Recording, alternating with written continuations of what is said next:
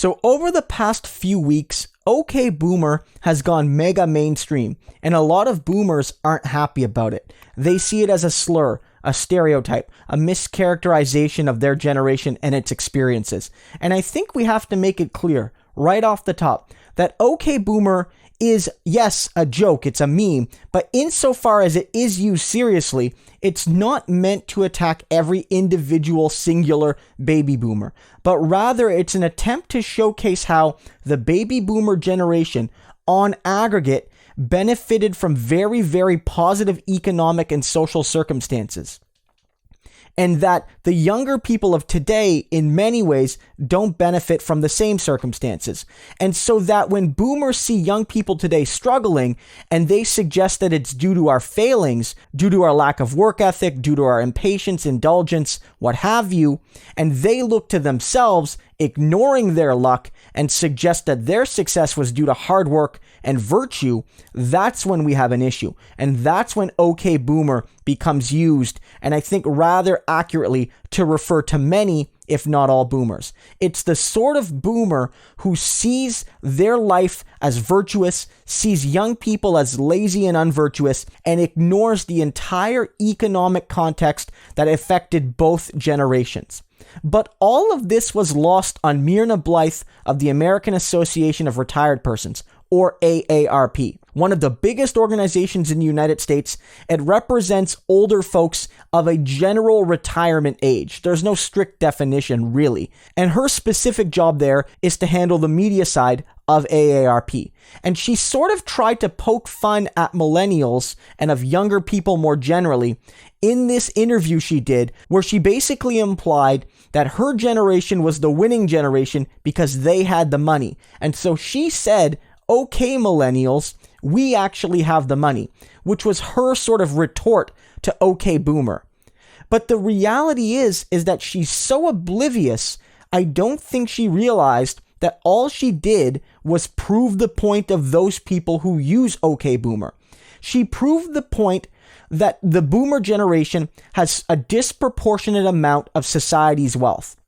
Now, of course, some of that is based on the fact that the boomer generation is a big generation, and some of that is based on the fact that older people generally have more money than younger people. It makes sense. If you're of a retirement age, you've saved up during your career to spend that money in retirement. But relative to previous generations, younger people today are struggling. We have less opportunity, we have less income, things like housing and education cost more, we don't have pensions and benefits, and in essence, we don't have the things that, on average, boomers were far, far more likely to have. Not all boomers had good jobs and pensions and cheap housing, but more boomers did than millennials and Gen Z does today. And the big factor is that whereas the boomers were left a better world by their parents, the baby boomers left a worse world for their children. And not all boomers were part of those decisions. Some of them resisted those decisions. But social and political and economic decisions made a worse world in many ways for young people, on everything from inequality to precarity to high costs of living to the failure to address climate change. On any of those issues, young people were left a worse world than their parents, and this is the first time that's happened in a long time. And the baby boomers did that. And the reason OK Boomer applies is that there are too many boomers who know this, who see these systematic effects, and yet still feel a moral virtue in their success and still feel superior to talk down and tear down young people today. It's also important to note that when Blythe talks about how her generation has the money, that's not necessarily a good thing. Certainly, again, older people have more money, but when the intergenerational wealth gap is so large, that could actually hurt a lot of boomers. For a lot of boomers, their retirement plan is wrapped up in their housing equity and in other things like that. It's not necessarily held in actual liquefiable assets in an immediate term. They don't always have that. Not every boomer does. But what's the scenario for a lot of these people who want to sell their house to fund their retirement, but there's not a generation of people able to afford those houses, at least at the current prices?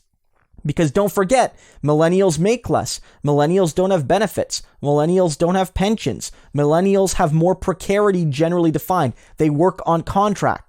And when you have all of those things, even if you do have a little bit of extra money at the end of the month, you might not be willing to take on a mortgage because you know that you're one misfortune away from destitution in a way that didn't apply to boomers as often. Again, some boomers it did apply to, but on average, they had more security in their jobs, in their benefits, in their pensions.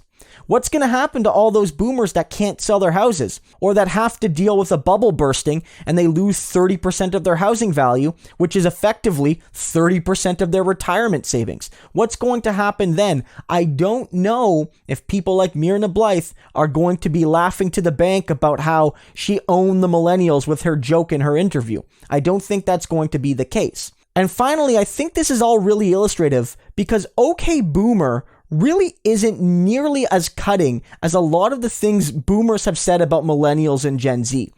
They've said that we've killed all the industries they love. They've said that we're lazy, that we're entitled, that the reason we're failing is due to our own personal limitations and not systemic economic issues. They've made fun of our technological interests. They've made fun of every aspect of our lives. They've said on the one hand that we're avocado toast loving spendthrifts, and then on the other, they've blamed us because we don't spend enough money and our stinginess is slowing the economy down. This is how the boomers talk about young people today. And all we do is use two words, OK Boomer, and hell freezes over. And I think it's really important to get some perspective here. OK Boomer is a joke. It's a meme. But insofar as it's used as a serious commentary, it's far more accurate than most of the things boomers say about the younger generations.